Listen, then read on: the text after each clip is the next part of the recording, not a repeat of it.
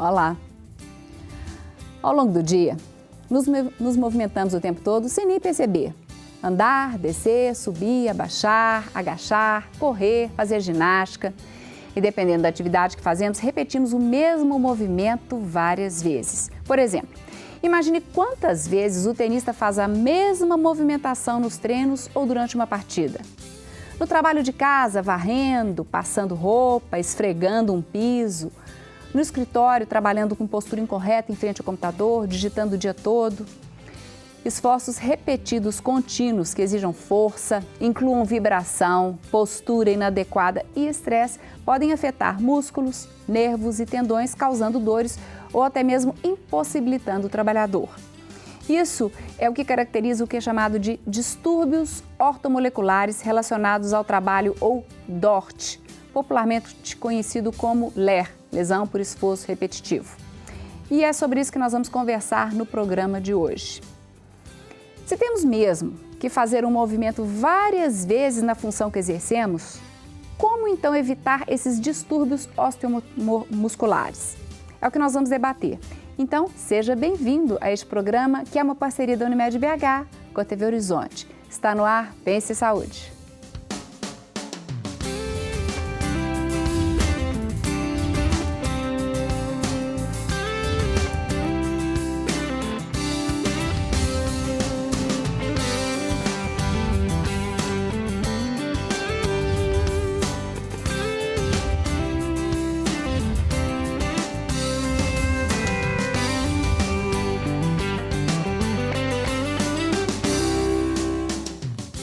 Então, para falar sobre o nosso tema de hoje, eu vou chamar de DORT.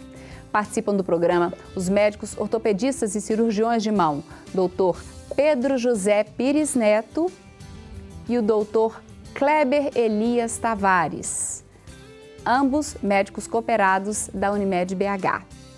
E te convido a fazer parte desse bate-papo conosco com a sua dúvida, pergunta, comentário ou até mesmo depoimento sobre DORT ou LER.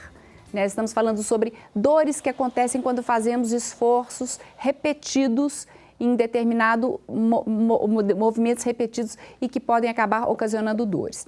Para participar com a gente, o nosso telefone é 3209-0119 ou, se quiser, pode também mandar e-mail para saúde@tvhorizonte.com.br. O principal distúrbio relacionado à ergonomia no mundo corporativo é o distúrbio osteomuscular relacionado ao trabalho. Conhecido como DORT, ele atinge especialmente os membros superiores, como braços, cotovelos e ombro, mas pode acontecer em outras partes do corpo também. A causa está relacionada à sobrecarga de atividades e movimentos contínuos. Por isso, geralmente, ela é associada a pessoas que passam os dias digitando e nem sempre têm uma postura adequada. Mas esportistas que exercem movimentos repetidos com o punho ou com os braços também podem desenvolver o problema. Para começar, eu gostaria muito de agradecer a presença de vocês aqui, a disponibilidade em vir ao nosso programa esclarecer as nossas dúvidas e a dos nossos telespectadores. E eu vou começar, doutor Pedro, porque eu sei que DORT não é um nome de uma doença. DORT não é você tem DORT, você não tem isso não é um nome de uma doença. Eu gostaria que vocês explicassem isso melhor, apesar do termo existir, isso não caracteriza uma doença, não é? Não caracteriza, ele caracteriza às vezes um conjunto de problemas ou uma possível relação entre a atividade daquele trabalhador e ter desenvolvido alguma dor em determinado momento, né, uma dor que estava relacionada ao trabalho, né? Então isso tem que haver uma comprovação se o que ele faz pode levar ao problema, ao diagnóstico, que aí sim nós vamos fazer um diagnóstico. O médico tem essa função de fazer o diagnóstico exato da patologia, da doença que ele está relatando, ou dos sintomas que ele está referindo. E isso significa fazer um diagnóstico, né, doutor Kleber? Aí um diagnóstico, sim, específico. Não é assim, você tem DORT, não. Você tem uma bursite ou uma tendinite, uma inflamação, ou seja, o DORT seria um nome amplo, mas, na verdade, a doença é o que vocês vão investigar nas consultas. O paciente apresenta uma dor. Certo. Essa dor, ela tem que ser localizada. Em qual tecido é essa dor? Se é o tendão, se é o músculo, se é o nervo, se é um vaso, ou se é uma articulação, se é um osso. Então, você tem que primeiro ouvir muito o paciente. A anamnese é o ponto número 1, que é o ato de colher a história de forma lógica e compreensível para organizar o diagnóstico. Segundo, um exame físico adequado do paciente. No membro superior, nós temos a sorte de termos a oportunidade que o exame físico ele oferece 80%, 90% dos diagnósticos, porque os testes que foram desenvolvidos pelos nossos professores no passado, muito precisos. E é superficial, são superficiais as estruturas. Você consegue tocá-las, palpá-las. Entendo. Isso ajuda muito. Então, nem sempre é necessário, às vezes, um exame. Exatamente. E segundo, é muito difícil demonstrar ou provar que aquela doença tem relação com o trabalho.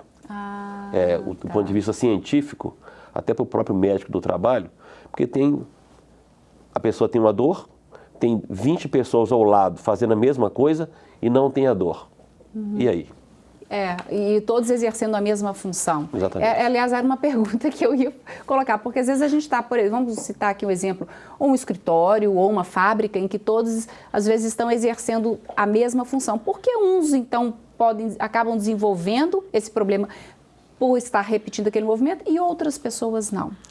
Tem vários fatores envolvidos, né? A condição física daquela pessoa, do trabalhador, né? Ou seja, ele faz outras atividades para prevenir, se ele prepara, se ele faz um condicionamento da musculatura, porque um jogador de futebol não chega e joga todos os jogos. Verdade. Ele tem, durante a semana, o condicionamento, ele prepara aquela musculatura, aquela articulação para exercer uma determinada atividade.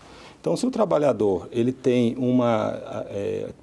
preparo físico, se ele faz uma atividade, exercício, se ele alonga aquele membro, isso vai ajudar com que ele tenha uma condição muscular melhor e articular e evita possíveis estiramentos, possível fadiga daquela musculatura quando ela é exigida.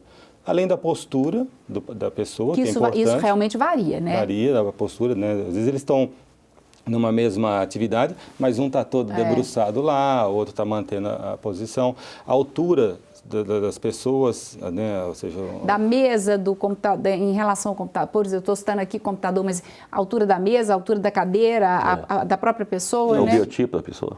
Isso varia, né? E vai facilitar ou prejudicar aquela atividade, né? Certo. E aí, a gente está aqui, nós estamos com 2 cirurgiões de mão, mas porque geralmente as partes mais afetadas é membro superior, é ombro, cotovelo, mão. Porque as atividades de trabalho, né, fora o futebol, são feitas com a mão. O ser humano trabalha com o cérebro, executando com a mão as funções que o cérebro determina. Então, é difícil que uma pessoa, a não ser que seja um atleta de alta performance, que ele tenha problemas nos membros inferiores. Entendo. É mais comum. 90 e tantos % as queixas são de membro superior. E quais são as mais frequentes? Olha, nas atividades no caso, a pessoa que tem um computador, aí nós temos que fazer a diferença se ele usa um laptop, um notebook, ou se ele usa um teclado normal. Porque no teclado normal, ele tem uma posição melhor, mais ergonômica. E com a tendência, hoje, pela facilidade de você lidar com um tablet, com um notebook, não é uma posição tão ergonômica para você ficar trabalhando longos períodos, né? Então, isso tudo tem que ser avaliado, ser olhado, preparado, né, e ver qual que é a função que ele vai exercer, né? Mouse, é interessante que você também mude. Se você vai usar muito o mouse e deixar ele longe, você já tem que esticar o braço, o cotovelo. Então, se você coloca ele mais próximo. E alterne também, né? De vez em quando com a mão direita, de vez em quando com a mão esquerda. No início dá um pouquinho de trabalho, mas depois... É muito difícil, eu já tentei, mas realmente depois você domina bem, né? Entendo. Essa variação, pelo que vocês estão falando, parece que é muito importante, até mesmo, eu sou uma pessoa que tem que ficar digitando o dia inteiro. Variar e modificar durante o dia, fazer alguma coisa, parar, fazer outra coisa no meio, isso é importante? Eu acho que a pessoa que trabalha, porque tem duas coisas, é a frequência e a intensidade que a pessoa trabalha. Tem algumas pessoas que trabalham com uma obsessão muito grande e trabalham sem parar usando a mesma função. Então, essas pessoas, elas têm uma propensão de desenvolver maior. Certo. Até uma vez, eu fazendo uma brincadeira, com todo respeito, né? Um paciente com epicondilite, né? Falei com ele, ó, isso aí só dá em bobo. Então explica pra gente o que é epicondilite, para o pessoal de casa saber. Epicondilite é uma dor que dá nesse ossinho, chama epicôndilo, essa extremidade lateral do húmero, na parte distal, onde se insere um grupo de 3 músculos. Certo. Então, no momento que esse músculo fica curto, para a posição, e vai tentar alongá-lo, você faz tração lá. E aí dói. Aí dói, Então, as pessoas, na frequência e a intensidade, são os pontos chaves. Essas pessoas que têm uma atividade única, com uma frequência grande e uma intensidade grande, eles devem fazer uma atividade laboral. Para essas pessoas é obrigatório que ele faça na empresa alongamentos específicos que previna ele desenvolver isso. Por que eu perguntei isso? Daqui a pouco a gente até mostra. Porque às vezes a gente está exercendo uma função, por exemplo, computador, a gente fica muito em frente ao computador. E você até começa muito bem, mas às vezes dependendo, você vai ficando tanto tempo, você vai se cansando ou ficando tão concentrado que a sua posição vai se deteriorando. Então você começa a ficar mais encurvado, o pescoço vai para frente. E no final do dia você está com uma série de dores e você viu que é por mau posicionamento seu ao longo do dia, porque o corpo vai pesando, vai cansando. Mas nós vamos discutir isso daqui a pouco no próximo bloco. Nós vamos para o intervalo e, mais enquanto isso, se você quiser participar com a gente desse debate, estamos falando sobre problemas que podem acontecer quando fazemos movimentos intensos e repetidos durante um longo tempo, que antigamente era chamado de LER, hoje em dia de DORT, mas na verdade são problemas que podem surgir quando você então repete um movimento muitas vezes de forma intensa. Para participar com a gente, o telefone é 3209-0119 e o e-mail é saude@tvhorizonte.com.br. O intervalo, você sabe, é rápido, então daqui a pouco a gente já está de volta.